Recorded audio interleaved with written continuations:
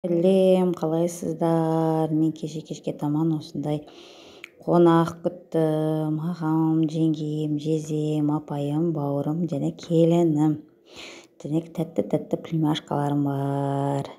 Осыларды күтіп, кетімді асып, салатымды жазып, осындай дастархан жасадым.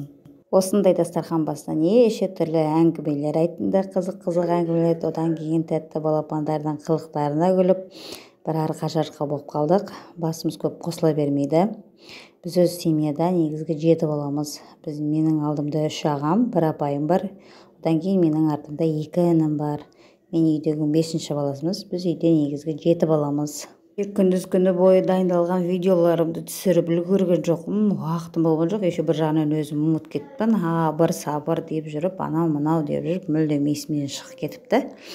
Осылайна бізде көңілді отырыс болды. Күшті демалып қайтты. Апаларым